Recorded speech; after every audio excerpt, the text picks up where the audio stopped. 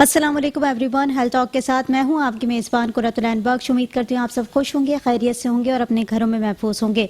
नाज़रीन, हर वीक नए टॉपिक के साथ हाजिर होते हैं और नया टॉपिक लेकर आते हैं ताकि जितनी भी मालूमात हम इस प्रोग्राम के थ्रू आउट आपको पहुंचा सकें वो अच्छी मालूमात हो और आपके लिए जो है वो मालूमात ऐसी साबित हो कि आप लोग उसका फ़ायदा उठा सकें। क्योंकि हमारा अमूमन यही एजेंडा होता है कि प्रोग्राम के अंदर ऐसे टॉपिक्स लेकर आएँ या ऐसे मौज़ूआत आपके साथ शेयर करें कि आप लोग जो है वो इससे इस्तेफ़ादा हासिल कर सकें।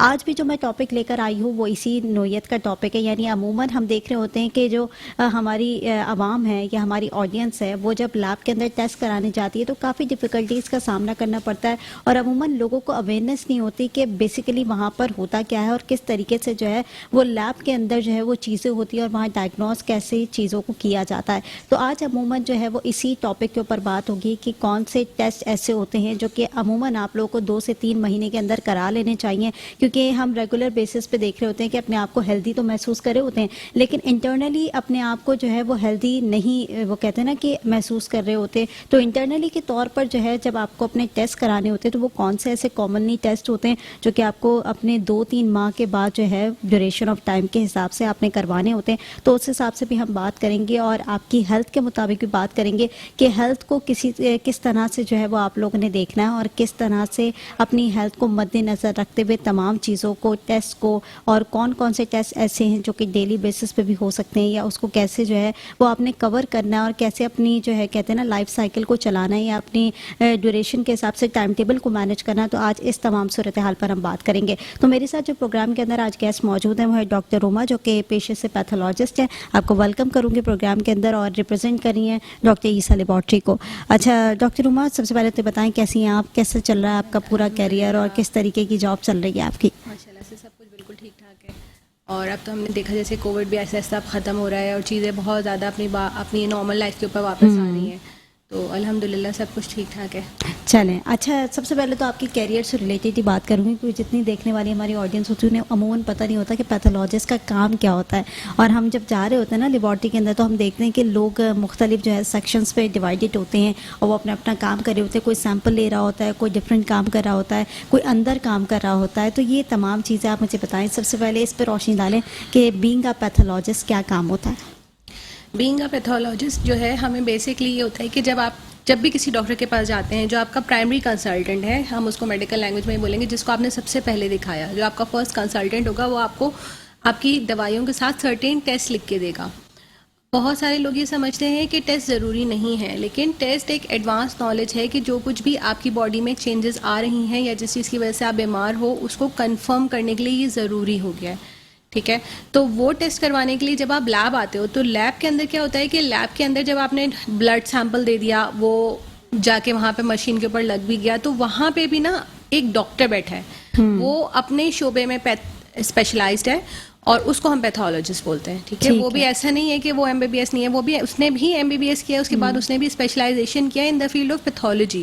ठीक है, और उसके बाद फिर वो वहाँ से आपके जितने भी टेस्ट हैं उसके लिए ज़्यादा डिफिकल्ट काम है क्योंकि उसने पेशेंट नहीं देखा होता, उसने जस्ट जो आपका सैंपल आया उसके ऊपर आपके सारे एनालाइट्स दिए हैं, जो भी आपने टेस्ट दिए हैं जिनको हम अपनी ज़बान में एनालाइट बोलते हैं, वो सारे टेस्ट वो चेक करते हैं कि आइए ये जो रिजल्ट दे रही है मशीन, क्योंकि मशीन तो एक इलेक्ट्रॉनिक डिवाइस है, उस पर तो आपने एक चीज़ रखी, उसने उसका रिजल्ट दे दिया, जैसे कंप्यूटर।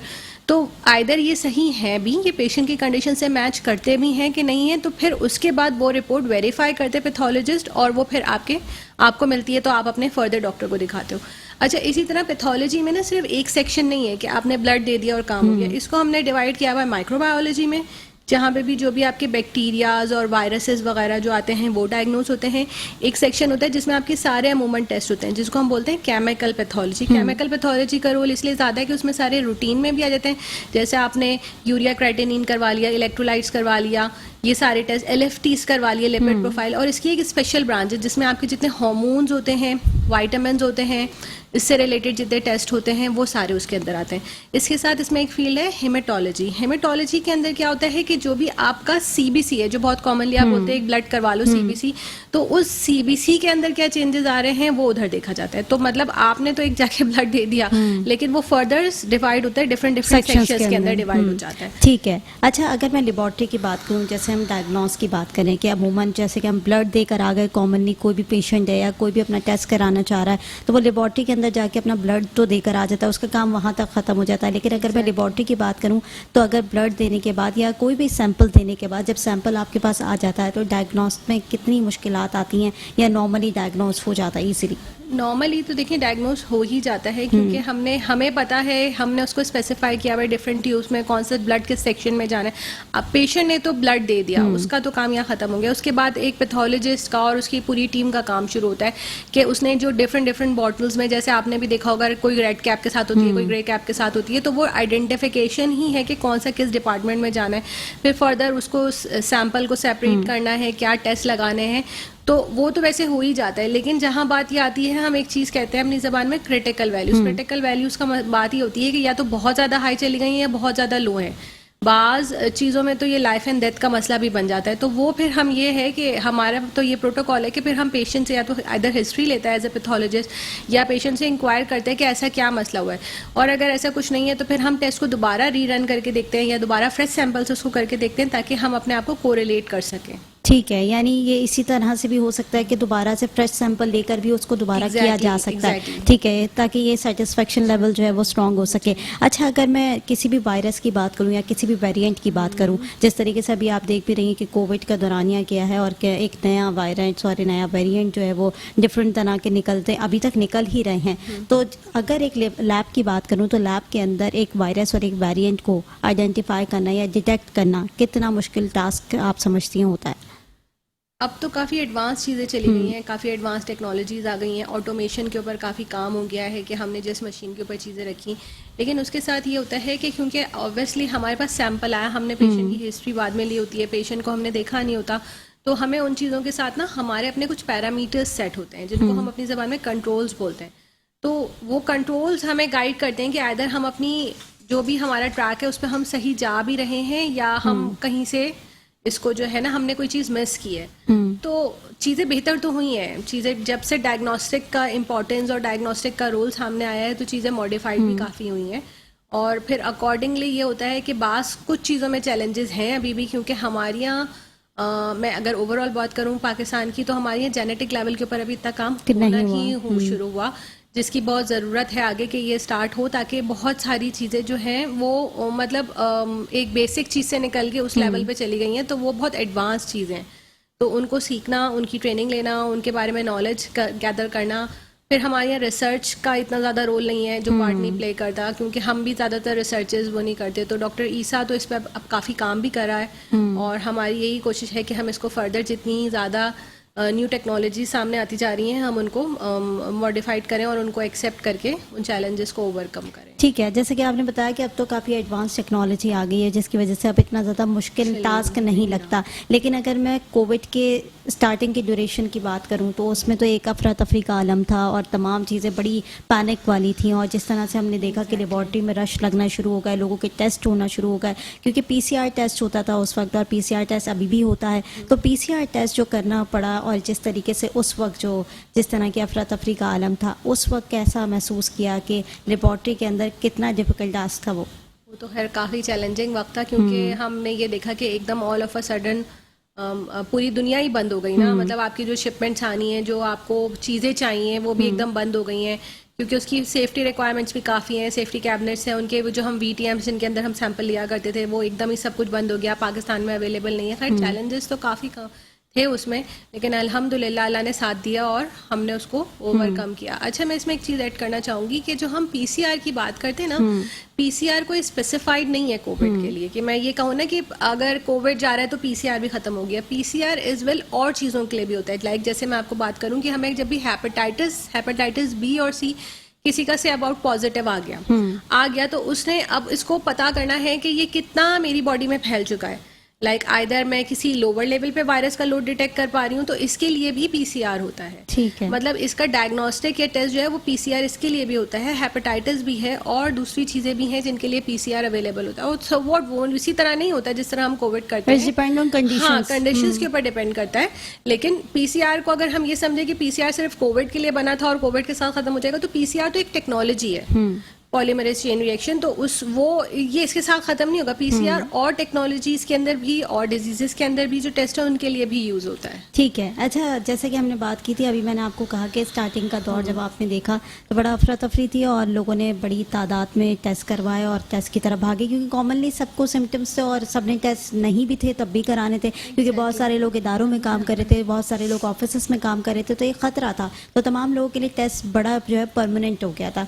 तो मैंने बहुत सारे लोगों की ऐसी भी शिकायत देखी कि जिनकी नेगेटिव रिपोर्ट थी वो पॉजिटिव आ गई, पॉजिटिव थी तो नेगेटिव आ गई, इस तरह की भी सिचुएशन थी। तो ये जो रिपोर्ट्स की तब्दीली होती है, रिपोर्ट्स के रिजल्ट जो है वो तब्दील हो जाते हैं, ये कहाँ पर प्रॉब्लम करती है? हमारे पास तो ये है कि जब हमने स्टार्ट भी किया था तो हमारे पास वेल क्वालिफाइड पैथोलॉजिस्ट थे जो वही सिर्फ सैंपल्स ले रहे थे और सारे के सारे माशाल्लाह से FCPS थे। और जो हमने बाकी लोगों को भी ट्रेन किया वो बिल्कुल ट्रेन टेक्नोलॉजिस्ट ही थे, हमारे नर्सिंग स्टाफ में से ही थे, और उनको हम बार बार चेक एंड बैलेंस रखते थे। रह गई बात रिपोर्ट का चेंज होना, तो हमारे यहाँ तो खैर काफ़ी स्ट्रिक्ट फ्लैग्स हैं इसके लिए, और ऐसा कुछ नहीं होता हमारे यहाँ, क्योंकि आपने ये भी देखा कि जितनी भी एक्सट्रीम एयरलाइंस हैं सब हमें फॉलो करी थी। और हमारे नहीं, मैं बीइंग अ पैथोलॉजिस्ट बात कर रही हूँ कि मैं ओवरऑल जैसे अगर मैं गवर्नमेंट की बात करूँ, इदारों की बात करूँ, तो ऐसी शिकायत मौसूल हुई है जिस तरह की हम बात कर रहे हैं। और अमूमन हमने देखा कि उसने अगर एक लेबोरेटरी से टेस्ट कराया तो वहाँ पॉजिटिव आया और सेकेंड लेबोरेटरी की तरफ जब वो गया तो वो नेगेटिव आया। इसमें ना थोड़ी सी इसका भी रोल है टेस्ट का, कि अगर जैसे हमने जब ऑल ओवर दुनिया की बात करें तो PCR स्टार्ट हुआ, तो कोविड के लिए भी PCR गोल्ड स्टैंडर्ड टेस्ट नहीं है, जिसको हम कहते हैं कि बस एक ये वाहिद टेस्ट है। लेकिन क्योंकि कुछ ना कुछ स्टार्ट करना था, कुछ भी नहीं था किसी के पास, तो हमने PCR को ऑप्ट किया, और PCR की भी सेंसिटिविटी 70% पर है। अच्छा, बाज़ वक़्त क्या होता था, जो ये मैंने भी देखा कि एक फला शख्स है, उसको अगर वो थोड़ा सा दिन उसने गुजार लिए हैं, वो बीइंग अ पॉजिटिव कोविड, ठीक है, और उसके बाद उसे सिम्टम्स नहीं है, अदरवाइज ही इज हेल्दी, ही और शी इज हेल्दी,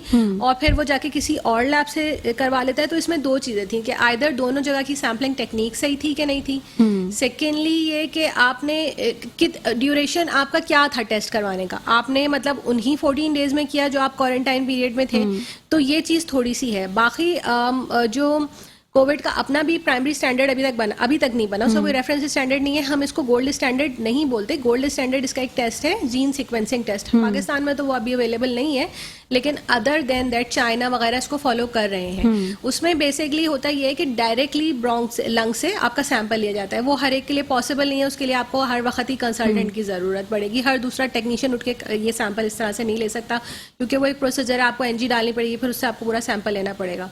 तो पाकिस्तान में तो खैर वो अवेलेबल ही नहीं है, और इसीलिए सब ज़्यादातर लोग जो हैं वो PCR की तरफ गए। तो PCR की अपनी सेंसिटिविटी की भी अगर मैं बात करूँ ना, किसी टेस्ट वो कितना है कि वो देख के हमें बता सकता है कि ये रिपोर्ट बिल्कुल करेक्ट है, तो उसकी अपनी सेंसिटिविटी भी 70% है। यानी बाज़ वक़्त एबनॉर्मैलिटीज आ जाती हो सकती है। अच्छा, अगर मैं दूसरे टेस्ट की बात करूँ, जैसे PCR के अलावा लोगों ने करवाया प्लाज्मा का टेस्ट, तो प्लाज्मा का टेस्ट भी काफ़ी लोगों ने करवाया, और जिस तरीके से हमने देखा कि उसके अंदर भी रिपोर्ट्स के अंदर आया चीज़ें। Exactly, तो प्लाज्मा टेस्ट कितना सुइटेबल साबित हुआ लोगों के लिए? जो आप IgG IgM की बात करिए ना, IgG IgM में तो ये है कि हम वो तो एक उसके लिए जो टेक्निक होती है वो किट मेथड के ऊपर होता है, तो किट मेथड की सेंसिटिविटी के ऊपर हम कोट नहीं कर सकते कोई भी चीज़ ना। फिर वही वाली बात है कि ड्यूरेशन लेट तो नहीं है, बहुत अर्ली आपने आपको बस एक छींकाई और आप चले गए, यानी कि आप कंफर्म ही नहीं हो, मतलब ये सीजनल भी तो हो सकती है ना। ठीक है। तो इस तरह से वेरिएशन चीज़ों में है, मतलब आप इसको ये नहीं बोल सकते कि ये अगर इसकी रिपोर्ट इस तरह की आ गई IgG IgM पे तो ये बिल्कुल ही 100% सही होगी। ठीक है, यानी इस तरह से हो सकता है कि अगर हम लेबॉर्ट्रीज की बात करें, यानी जो लोग परेशान हैं या जिनका कहते हैं ना कि एक फेथ, एक बिलीव उड़ जाता है कि जब उनकी रिपोर्ट्स आपस में जो है ना वो अलग आना शुरू हो जाती हैं कि किसी लैब से कोई आ रही है और दूसरे लैब से कुछ और रिपोर्ट आ रही है, तो इस तरह से लोग भी काफ़ी कशमकश का शिकार हो जाते हैं, काफ़ी कन्फ्यूजिंग पर्सनालिटी बन जाते हैं। तो इसकी वजह से भी ऐसी होती है कि टेक्निकल चीज़ें, मशीनरी चीज़ें अंदर एबनॉर्मैलिटीज़ हो जाती हैं, जिसकी वजह से जो है ये प्रॉब्लम्स आती हैं। लेकिन आप लोग अगर अपनी सेटिस्फेक्शन के लिए दूसरा टेस्ट कराना चाह रहे हैं और किसी और लैब से कराना चाह रहे हैं जहाँ पर आप सेटिस्फाई हैं, तो वहाँ से भी आप लोग करा के अपने सेटिस्फेक्शन लेवल को देखें, क्योंकि जितने सेटिस्फाई आप लोग रहेंगे वही ज़्यादा बेहतर है। एक छोटी सी ब्रेक की तरफ जाऊँगी नाज़रीन, ब्रेक से वापस आऊँगी, इसी तरीके से गुफ्तगू के सिलसिले को जारी रखेंगे। देखते रहिए हाल चाल। वेलकम बैक हेल्थ टॉक में एक बार फिर खुशामदीद। और जिस तरीके से हम बात कर रहे थे प्रोग्राम के अंदर, बहुत ही ऐसे टॉपिक्स हैं ये कि आप लोग हमेशा, मैं देखती हूँ कि कन्फ्यूजन का शिकार होते हैं। और ये हम नॉर्मली ज़िंदगी की भी अपनी बात करें तो यही लम्हात होते हैं कि जब भी हम टेस्ट कराने जा रहे होते हैं तो डिफ़िकल्टीज़ आती हैं। और वो डिफ़िकल्टीज़ क्यों आती हैं? वो लैब्स के ऊपर आती हैं, क्योंकि आप लोग सजेस्ट ही नहीं कर पाते, या कहते हैं ना थिंक ही नहीं कर पाते, या अपने सेटिस्फेक्शन को इतना स्ट्रॉन्ग ही नहीं कर पाते कि कौन सा लैब जो है वो आपको प्रॉपर और सही तरीके से जो है ना वो रिपोर्ट फराहम कर सकेगा। और ये अमूमन हम देख रहे होते हैं प्रॉब्लम्स आ रही होती हैं, लेकिन इन तमाम वजूहात के पीछे एक कंडीशन होती है जो कि मैंने आपको बताई, और उस कंडीशन के बेसिस के ऊपर ये तमाम चीज़ें होती हैं। तो पाकिस्तान की लैब्स किस हद तक काम कर रही हैं और इन लैब को कितना एडवांस होना चाहिए, या टेक्नोलॉजीज़ पूरी आ चुकी हैं पाकिस्तान के अंदर कि लैब्स इतनी ज़्यादा एडवांस हो चुके हैं कि हम हर तरह का टेस्ट जो है वो कर सकते हैं या नहीं? तो डॉक्टर उमा, ये मैं आपसे पूछूंगी कि पाकिस्तान की लैब्स के हवाले से बताएं कि जिस तरह की लैब्स अब हम देख रहे हैं और पहले की लैब्स के मुताबिक अब जो कितना हद तक एडवांसमेंट टेक्नोलॉजी आ चुकी है? काफ़ी हद तक तो आ चुकी है, लेकिन इसमें अभी भी जो है इम्प्रूवमेंट की चांसेस हैं। मतलब हम अभी तो सबसे पहले जो फर्स्ट स्टेप है कि हम टोटल ऑटोमेशन के ऊपर जा रहे हैं। टोटल ऑटोमेशन ये होता है कि आपने जिस सैंपल रखा और मशीन के डिफरेंट कंपोनेंट्स हैं, उसने उसी सैंपल को खुद ही सेपरेट किया, खुद ही उसने उसको टेस्ट किया और वो रिपोर्ट आ गई। अच्छा। तो ये वाला कॉन्सेप्ट भी अभी हर जगह नहीं एप्लीकेबल हुआ है कि हम ये बोलेंगे, क्योंकि हमारे उसमें है, इसमें भी ज़रूरत है। बाकी और भी कुछ टेक्निक्स हैं जिनसे हम, और जैसे मैंने आपको शुरू में भी बोला कि जेनेटिक लेवल के ऊपर काम कर सकते हैं, वो भी अभी पाकिस्तान में अवेलेबल, उसमें most of the things Pakistan में अवेलेबल नहीं है। बहुत सारी चीज़ें हैं भी और बहुत सारी चीज़ें नहीं भी हैं, और उन पे भी अभी काम हो रहा है आहिस्ता आहिस्ता। लेट्स से कि देखें कि कब तक ये सब चीज़ें कंप्लीट। ठीक है, होप की जा सकती है इंशाल्लाह इन फ्यूचर के अंदर काफ़ी बेहतरी आ जाए। अच्छा, रिपोर्ट्स की अगर गुडविल की बात करूं तो जिस तरीके से हमने पहले भी बात की कि रिपोर्ट्स जो है वो चेंज भी हो जाती हैं बाज़ औक़ात कि डिफरेंट लैब्स के ऊपर भी ऐसी कंडीशंस होती हैं कि आपने कहा कि ड्यूरेशन ऑफ टाइम को देखना पड़ता है, टेस्ट कब करवाया और किस नोयत का टेस्ट है, तो उस हिसाब से भी रिपोर्ट्स का काफ़ी फ़र्क आता है। तो गुडविल का इन्हिसार किन चीज़ों पर डिपेंड करता है? मैं अगर बेसिकली केमिस्ट्री की बात करूँ ना, तो केमिस्ट्री में मेजॉरिटी ऑफ द टेस्ट ऐसे हैं, स्पेशली स्पेशल केमिस्ट्री जो मैंने आपको शुरू होता है ना, हार्मोन्स, विटामिन्स है, तो उनका एक स्पेसिफिक टाइम है। हमारे यहाँ ना ये कॉन्सेप्ट लिया जाता है कि टेस्ट ही तो है, ब्लड ही तो देना है, किसी भी वक्त जाके दे दो। या अभी जैसे आगे मैं आपको बात करूं कि रमज़ान आ रहे हैं ना, तो रमज़ान में हर चीज़, अगर आप हर चीज़ की फास्टिंग की बात करेंगे ना, तो उसमें हर चीज़ को ये समझ लिया जाएगा कि हर चीज़ की फास्टिंग ये होगा कि आपने सुबह सहरी की थी ना, आप शाम में जब आप इफ्तारी करोगे, ऐसा नहीं होता। हमारी अपनी बॉडी का भी एक रिथम है, बॉडी उसी रिथम में काम कर रही है। ठीक है, अगर अब मैं ये बोलूँ कि किसी टेस्ट को आपने सुबह 8:30 ही देना है, हम बहुत ही आसान से, बहुत कॉमन से टेस्ट की बात कर लेते हैं। हम ग्लूकोज का टेस्ट करवाते हैं for OGTT, oral glucose tolerance test. तो इसके लिए बहुत ज़रूरी है ये कि आपका ब्लड जो है वो 9:30 लीस्ट बाय 9:30 AM ही लेना है हमने। अच्छा, ठीक है। अगर आप इसके बाद आएंगे तो उसका एक लॉजिक है, अल्लाह ताला ने ना हमारे इंसुलिन लेवल के बाद पूरा दिन में हमारा इंसुलिन लेवल ना कम होना शुरू हो जाता है। मतलब अल्लाह ताला की ज़ात उसने ऐसा रखा ना, अगर आप खुद सोचें ना, अगर आपका इंसुलिन लेवल पूरे दिन बढ़ता रहेगा तो आप काम करोगे कैसे? आप काम नहीं कर सकते ना। आपको बॉडी को ग्लूकोज की ज़रूरत है, बॉडी को एनर्जी की ज़रूरत है। हर वक्त अगर इंसुलिन बढ़ेगा तो बॉडी काम नहीं कर सकती। तो लीस्ट बाय 9:30 ही वो टेस्ट आपने देना है, आपने ब्लड अपना उसके लिए उसी वक्त देना है, एंड देन आपके रिपोर्ट सही आएंगी। ठीक है। अब हमारी ये कंपटीशन इतना ज़्यादा बढ़ गया है, अनएथिकल, अनटेक्निकल लोग जो हैं वो इसके अंदर बहुत ज़्यादा, जब से कोविड का रोल आया लोगों ने काम करना शुरू कर दिया, जिनको नहीं पता। इसी तरह अगर मैं बात करूँ, कुछ और टेस्ट भी होते हैं हार्मोनल, जिनका एक स्पेसिफिक टाइम है, आइदर सुबह या शाम। ठीक है। तो अगर आप थोड़ा सा बस आप यही फॉलो कर लो कि आप एटलीस्ट सही टाइम पे चीज़ दे दो। यानी ये कहना दुरुस्त होगा कि आवाम की गफलत भी इसमें काफ़ी होती है कि वो टाइमिंग को समझ नहीं पाते, आवाम की गफलत से ज़्यादा मैं बोलूंगी कि वो समझ नहीं पाते कि अगर आपका प्राइमरी डॉक्टर ही आपको थोड़ा सा गाइड कर दे कि आपने इस टाइम में जाना है। क्योंकि लोग पता है क्या होता है कि हमारी बात से ज़्यादा जिसको उन्होंने जाके अपनी पूरी दिखाया है कि हम बीमार थे, तो वो उसकी बात को ज़्यादा एग्जैक्टली वो उस कंसल्टेंट की बात को ज़्यादा अहमियत देते हैं as compared to consultant pathologist. तो अगर उनका रोल मुझे लगता है ज़्यादा है कि अगर वो इस चीज़ को थोड़ा सा सीरियसली लेके इस पर थोड़ा सा वर्क करें ना, तो बहुत सारी चीज़ें बेहतर हो सकती हैं। क्योंकि अगर पूरी लैब को ना 3 हिस्सों में डिवाइड किया जाता है। प्री एनालिटिकल वो हिस्सा जब आपने आके ब्लड दिया, एनालिटिकल वो है जब आपका ब्लड प्रोसेस होगा, और पोस्ट एनालिटिकल वो है जिसमें आपकी रिपोर्ट आएगी। तो इन तीनों प्रोसेसेस में जो सबसे ज़्यादा मसला है ना, वो प्री एनालिटिकल में है। अच्छा। क्योंकि वहाँ डॉक्टर भी इन्वॉल्व, प्राइमरी डॉक्टर भी इन्वॉल्व है, पेशेंट भी इन्वॉल्व है, लेने वाला भी इन्वॉल्व है। तो अगर हम उस पर वर्किंग कर लें तो बहुत सारी चीजें बेहतर हो सकती हैं, क्योंकि उसके बाद तो सैंपल ने मशीन पे जाना है ना, मशीन ने तो सैंपल देखना है, रिजल्ट दे देना है। क्योंकि मैंने अमूमन देखा है कि डॉक्टर्स जब लिख के देते हैं टेस्ट तो वो यही कहते हैं बस टेस्ट करा लो, टेस्ट करा लेबोरेटरी लो, से। वो exactly, टाइम ड्यूरेशन हाँ, के ऊपर कुछ बात नहीं नहीं, होती, कुछ क्योंकि हम अगर अपनी बात करें तो हम भी इंसान हैं, और अगर हम जाते हैं डॉक्टर के पास कंसल्ट करने के लिए और वहाँ पर अगर उसने हमें कोई टेस्ट रिकमेंड किया है तो वो हमें यही कहते हैं कि आप किसी भी लेबोरेटरी से जहाँ पर आप सेटिस्फाई हैं, Exactly. या अपनी वो सजेशन दे देते हैं कि ये लेबोरेटरी है, ये लेबोरेटरी ऑथेंटिक है, आप यहाँ से जाके करवा लें। 10 से टाइमिंग के ऊपर बात नहीं होती कि किस टाइमिंग पे आपको जाकर जो है वो अपना टेस्ट कराना चाहिए। आपने बड़ी अच्छी बात की, और अगर इसको जो है वो मद्देनजर रख के काम किया जाए तो काफ़ी बेहतरी आ सकती है। अच्छा, जैसे कि फास्टिंग की आपने बात की, फास्टिंग की जो लॉजिक होती है, यानी हमने अमूमन देखा है कि 8 आवर्स फास्टिंग, 12 आवर्स फास्टिंग, तो ये टेस्ट पे डिपेंड करती है या लैब्स पे डिपेंड करती है कि किस तरह से सैंपल जब उनके पास पहुंचता है तो इतनी फास्टिंग ड्यूरेशन होनी चाहिए?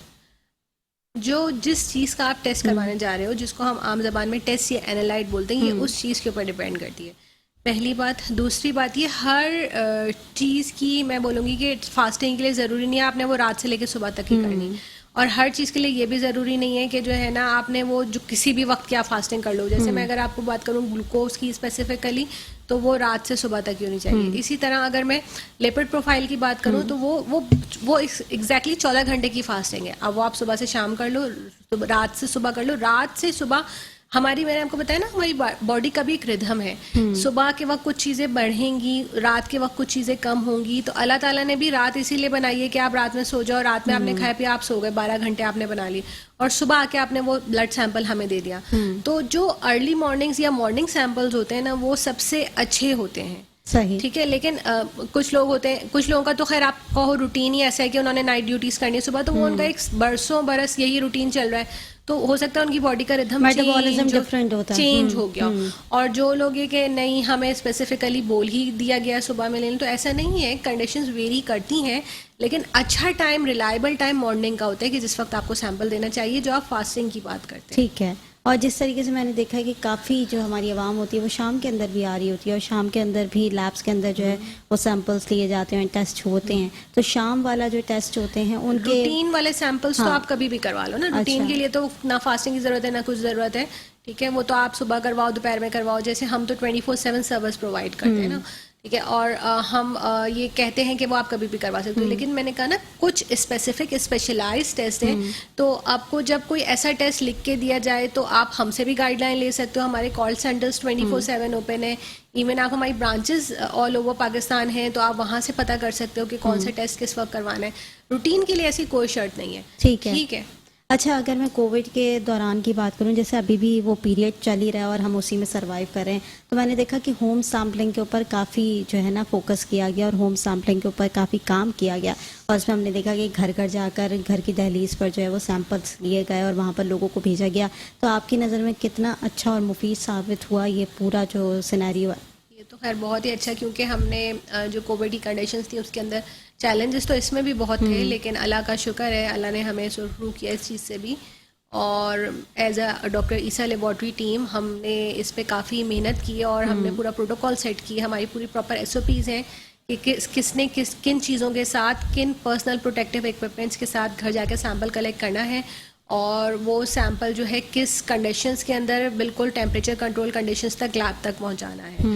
ठीक है, तो उस पे मतलब हम मतलब सो वॉट क्वार्टरली और 6 मंथली इनकी ट्रेनिंग्स को रिवाइज करते रहते हैं, इनको चेक करते रहते हैं कि ये कैसे ले रहे हैं, इधर इनके पर्सनल प्रोटेक्टिव इक्विपमेंट्स पूरे हैं, ताकि उनकी अपनी भी सेफ्टी हो, पेशेंट की भी सेफ्टी हो, ऑब्वियसली पेशेंट के घर में और लोग भी हैं तो उसकी भी सेफ्टी हो। ठीक है, जो चीज़ें डिस्कार्ड करनी है वो प्रॉपर्ली डिस्पोज ऑफ हुई हैं, जो मतलब रिपोर्ट जो सैंपल है वो प्रॉपर्ली आइस बॉक्स कंडीशन जो था वो सही है, और उसके अंदर वो तभी आपके रिजल्ट सही होंगे। तो किसी किस्म की कोई डिफिकल्टीज आई? क्योंकि अमूमन हम देख रहे हैं होते हैं कि जगह अगर किसी पेशेंट को टेस्ट कराना होता है या किसी भी नॉर्मल बंदे को टेस्ट कराना होता है तो अपने पैरों तक चल के लैब में के अंदर आता है और वहाँ पर अपना सैंपल देता है और उसके बाद वो चला जाता है। लेकिन जब लेबॉर्ट्रीज वालों की ड्यूटी लगाई जाती है कि घर घर जाकर आपने वो सैंपल इकट्ठा करना है और सैंपल वो सारे इकट्ठे करके फिर लैब में आते हैं, फिर उसके बाद उसकी आइडेंटिफिकेशन होती है, तो कोई डिफिकल्टीज आई किसी किस्म की? डिफ़िकल्टीज और चैलेंजेस तो हैं, मतलब ऐसा नहीं है कि कोई भी डिफ़िकल्टी नहीं आया और ये बहुत स्मूथली काम हो गया, लेकिन उन चैलेंजेस को ओवरकम करने में डॉक्टर फरहान का बहुत ज़्यादा रोल है कि उन्होंने प्रॉपरली सारी चीज़ें प्रोवाइड की। आपको राइडर्स को एम्बुलेंसेज हैं, उनकी बाइक्स हैं, ताकि वो प्रॉपर जो हमारा जो किट होती है उसकी पर्सनल प्रोटेक्टिव इक्विपमेंट्स की, जिसके अंदर उसका वो स्वाब और वो होता है, वो टेम्परेचर कंट्रोल्ड हो, आइस बॉक्स के साथ हो, और वो वहाँ से लेकर इवन हमारे कराची के तो ट्रैफिक का भी कुछ नहीं पता ना कि कब कितनी देर के लिए, तो आपका जो टेम्परेचर है वो कंट्रोल्ड होना चाहिए। हमारे हर आइस बॉक्स के ऊपर प्रॉपर थर्मामीटर उस पर कोटेड होता है कि वो रिकॉर्ड कर रहा होता है। जो अर्जेंट सैंपल्स हैं उनके लिए नेक्स्ट बैच जाता है, जैसे कि उसके लिए एक बैच स्पेसिफाई हुआ है कि अर्जेंट सैंपल्स चले जाएंगे, और उसके बाद जो रूटीन में भी जा रहे हैं, तो अगर रूटीन में भी जा रहे हैं अपने कलेक्शन सेंटर से, तो वो जहाँ भी पेशेंट ने कलेक्ट किया किसी के भी घर से, उसने अपने कलेक्शन सेंटर पे पहुंचा और कलेक्शन सेंटर से उसको main centre with in time duration 2 hours में उसने वहाँ पे उसको पहुंचाना है। ठीक है। अच्छा, मैं आवाम की अगर बात करूं तो ये आवाम के लिए तो बड़ा कंफर्टेबल जोन था, क्योंकि जिस तरह से आवाम बाहर निकल कर लैब में जाए और वहाँ पर आके अपना सैंपल दे, इससे बेहतर है कि घर के अंदर जो होम सैम्पलिंग हो रही थी वो ज़्यादा कंफर्टेबल जोन था। तो कैसा फीडबैक आया आवाम का? बहुत अच्छा फीडबैक आया, क्योंकि हमें सोशल डिस्टेंसिंग भी रखनी थी ना। अब आप एक जगह पूरा का पूरा मजमा जमा हो जाए तो बड़ा मुश्किल हो जाता है उनसे, आप उनको सोशल डिस्टेंसिंग डील करवाओ और फिर आप उनको एक एक सारे बिठाओ इस तरह से, ठीक है। तो इससे बहुत बेहतर था कि बंदा घर पे गया, उसने अपने घर में अपना ही सैंपल देना था, उसने आके अपने लॉन में अपने एक स्पेसिफाइड रूम में अपना सैंपल दे दिया और वो हम सैंपल लेकर आ गए। तो ये उनके लिए भी फायदेमंद चीज़ थी और हमारे अपने लिए भी फायदेमंद चीज़ थी, यानी ये अच्छी सुइटेबल चीज़ है, क्योंकि वहीं आपकी स्लिप जनरेट हो गई, ठीक है। यहाँ तो आके आपने स्लिप बनवाई, वेट किया, तो इससे बहुत बेहतर था, क्योंकि आप सोशल डिस्टेंसिंग वाली चीज़ से बच गए। आप कोविड पॉजिटिव नहीं थे, कोई साथ वाला था, आप वहाँ से लेके 4 लोगों को और लगाओ तो आप इससे भी बच गए। तो आप समझते हैं कि इस चीज़ को कंटिन्यू रखना चाहिए और इस पे और मज़ीद काम होना चाहिए। अभी ऐसा नहीं है कि सिर्फ हम कोविड की सैम्पलिंग कर रहे थे, as a doctor Essa laboratory team हम अभी भी हमारी सर्विसेज हैं अवेलेबल और 24/7 अवेलेबल है फॉर होम सैम्पलिंग भी एज वेल, ठीक है। कि उसमें सिर्फ और सिर्फ ये नहीं आ जाता कि आपने PCR लेना है, उसमें अगर आपका कोई ब्लड सैंपल है, कोई यूरिन सैंपल है, तो वो भी उसके अंदर इंक्लूडेड है। बिल्कुल ऐसा ही है, और बहुत दफ़ा हमने खुद भी बुलवाया कोई भी सैंपल लेने के लिए, तो अमूमन जो है जितने भी लेबॉर्ट्रीज होती हैं उन सब ने तमाम कंडीशन के ऊपर काम करना शुरू कर दिया। अच्छा, ये जो जितनी भी हमने चीज़ों के ऊपर बात की, अब मैं एक नॉर्मल इंसान की अगर मैं बात करूं, जैसे अगर एक हेल्दी पर्सन है और अगर मैं उसकी बात करूं तो उसको अपनी लाइफ ड्यूरेशन के हिसाब से या अपनी लाइफ साइकिल को चलाने के हिसाब से हर माह बाद या हर 2 से 3 माह बाद के ड्यूरेशन के अंदर कौन कौन से टेस्ट जो है वो कराने चाहिए? क्वार्टरली करवाने चाहिए एज अ हेल्दी बीइंग। हमारे यहाँ डायबिटीज़ बहुत कॉमन है, तो हमें अपना RBS FBS, जिसको हम आम जबान में ब्लड का टेस्ट बोलते हैं, हार्मोन टेस्ट बोलते हैं, वो करवाना चाहिए।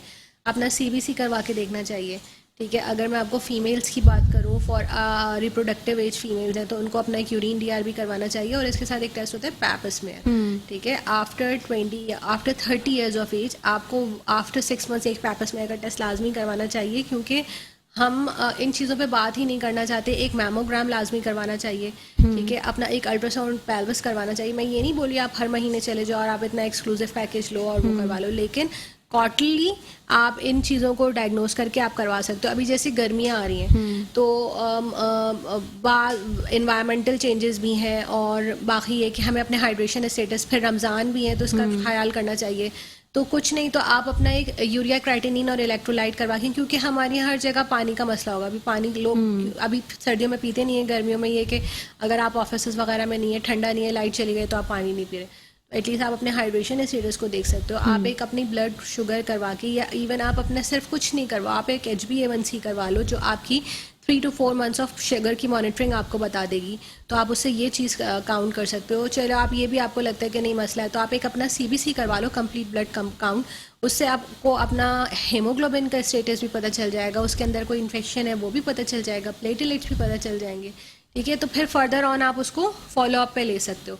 लेकिन एटलीस्ट जिनको हम बेस लाइन टेस्ट बोलते हैं ना, जिसके अंदर CBC, यूरिया क्राइटेनिन इलेक्ट्रोलाइट्स और यूरिन DR, ठीक है। ब्लड ग्रुप लोगों को पता होना चाहिए। हमारे यहाँ ये कल्चर ही नहीं है कि ब्लड ग्रुप जो है वो करवाना चाहिए, तो ब्लड ग्रुप तो आपको लाजमी, इवन अगर आप बिल्कुल बहुत इम्पोर्टेंट इशू पर बात की, क्योंकि अमूमन हम पूछ रहे होते हैं लोगों से तो कहते हैं हमें पता ही नहीं है कि हमारा ब्लड ग्रुप है क्या। आप मतलब अगर सब कुछ नहीं कर सकते तो ये एक बेसिक इन्फॉर्मेशन है जो आपके पास होनी चाहिए ना, क्योंकि अगर आप कोई भी इंटरनेशनल बायोडेटा फॉर्म है तो उस पर स्पेसिफाइड होता है योर ब्लड ग्रुप, तो ये बहुत ज़रूरी है कि आप कुछ नहीं करवाते। हम तो बाकायदा प्रॉपर एज ईसा टीम हम इसको एक कार्ड की सूरत में बना के भी देते हैं कि आपके पास होना चाहिए कि आपका ये ब्लड ग्रुप है। सही, तो ब्लड ग्रुप का भी जो ब्लड से ही सैंपल लिया जाता है और उसके बाद आइडेंटिफाई हो जाता है। एग्जैक्टली, सही, आइडेंटिफाई हो जाता है और ईसा टीम तो प्रॉपर एक आपको कार्ड बना के देती है उसके लिए, जिसके ऊपर आपका नाम, आपकी आईडी एंड आपका ब्लड ग्रुप मेंशन होता है वो कि आपको पता हो। ठीक है। यानी हाँ, जिस तरीके से डॉक्टर रूमा ने बात की कि ये बड़ा सेंसिटिव इशू होता है, क्योंकि अमूमन हम देख रहे होते हैं कि बहुत सारे लोग हैं उनको अपना ब्लड ग्रुप का पता ही नहीं होता, और ब्लड ग्रुप बड़ा इंपॉर्टेंट पार्ट का प्ले करता है आपकी पूरी ज़िंदगी के अंदर। तो जितने लोगों को नहीं पता तो वो जल्द से जल्द अपना टेस्ट करवा के कम अज़ कम एटलीस्ट अपना ब्लड ग्रुप जो है वो पता कर लें। और अगर कार्ड बन के दिया जा रहा है तो ये तो और ही बहुत अच्छी बात है। इस तरह की फैसिलिटीज़ बहुत कम होती है जिस तरीके से आप बता रही हैं। तो जितने भी लोग हैं वो तमाम चीज़ों को मतलब देखें कि इस तरह की जो छोटी छोटी चीज़ें होती हैं उनको कैसे पिक करना चाहिए। एक छोटी सी ब्रेक की तरफ जाऊंगी नाज़रीन, ब्रेक से वापस आऊंगी, देखते रहिए हेल्थ टॉक।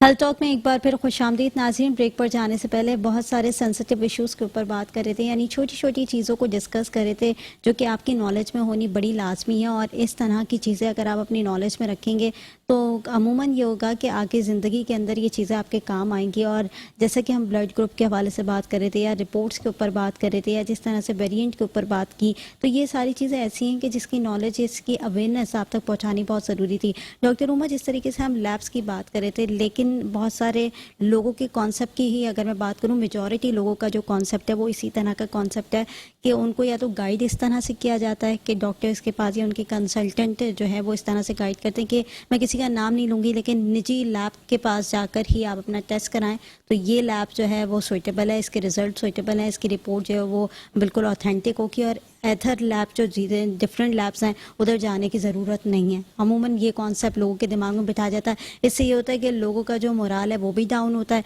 और साथ वो एक्सपेंसिव लैब्स होती हैं जो कि हर कोई अफोर्ड नहीं कर सकता। जिस तरह के वहाँ पे रेट्स होते हैं, जिस तरह के वहाँ पे पैकेजेस होते हैं, वो हर कोई अफोर्ड नहीं कर पाता। तो क्या कहेंगे इस पर?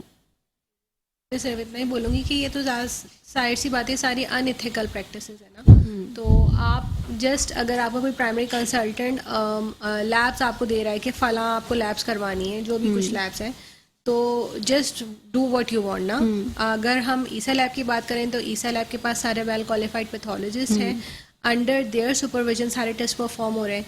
और जैसे मैंने आपको शुरू में बताया कि कोई भी ऐसी वैल्यू है जो क्रिटिकल वैल्यू है या बहुत ऐसी वैल्यू है जो पेशेंट को फ़ौरन पता चल जानी चाहिए या इवन उसके कंसल्टेंट को पता चल जानी चाहिए, तो हम अगर वो रिपोर्ट नहीं भी कलेक्ट पा रहा तो हम वाया फ़ोन उसको इन्फॉर्म कर देते हैं। और एज अ बेस्ट प्रैक्टिस भी यही है, एज अ प्रोटोकॉल भी यही है कि आपको क्रिटिकल वैल्यू को इन्फॉर्म करना है पेशेंट को। अच्छा, जिस तरह के ख्यालात जनरेट किए जाते हैं लोगों के अंदर, जैसे कि कहा जाता है कि लोग कहते हैं कि भाई एक जगह से आपने टेस्ट करा लिया, अब अच्छा ये होगा कि आप दूसरी लैब से भी करवा लें, ये आपके सेटिस्फेक्शन लेवल को स्ट्रॉन्ग कर देता है। और अमूमन हमने देखा होता है कि अगर हम किसी कंसल्टेंट की बात करें तो अगर वहाँ से जो है पेशेंट ने कोई टेस्ट करा लिया है और वो कंसल्टेंट के पास जाता है तो वो उसकी रिपोर्ट देखता है और उसके हिसाब से उसको ट्रीटमेंट देना शुरू कर देता है। ऐसा ये नहीं होता कि आप इसको एक और दफ़ा करा के जो है वो रीचेक कर लें या कोई ऐसी चीज़ जो कि क्योंकि मशीनी चीज़ है, कुछ भी हो सकता है, जिसकी हमने पहले भी बात की, तो टेक्निकल इश्यूज आ सकते हैं। तो इस नोयत के अंदर कितनी चेंजेस हो सकती हैं? टेक्निकल इश्यूज़ की जहाँ तक आप बात कर रही हैं ना, तो उसके लिए यही है कि मैंने आपको शुरू में बताया था कि हम अपने कंट्रोल्स रन करते हैं। डॉक्टर ईसा की तो ये प्रैक्टिस हमेशा से रही है और इसीलिए हम ISO 15189 भी सर्टिफाइड हैं और हम दूसरी भी चीज़ों से सर्टिफाइड हैं कि हम इन चीज़ों को हम बहुत उससे फॉलो कर रहे होते हैं, स्ट्रिक्टली फॉलो कर रहे होते हैं। हम किसी चीज़ में, इस चीज़ में तो कोई माफ़ी ही नहीं है ना, क्योंकि आपको भी पता है कि उस बेसिस पे आपकी ट्रीटमेंट होनी है, तो कंट्रोल्स के उस पे तो कोई माफ़ी नहीं है। तो आप समझती हैं कि एक आध टेस्ट और हो जाना चाहिए सेटिस्फेक्शन के लिए, या एक इनफ है? अगर सेटिस्फेक्शन के लिए और वो जस्ट अपनी एक उसके लिए करवाना चाह रहा है तो वो तो पेशेंट की अपनी मर्जी है ना, उसमें तो हम नहीं कुछ कह सकते, वो किसी को भी नहीं रोका जा सकता।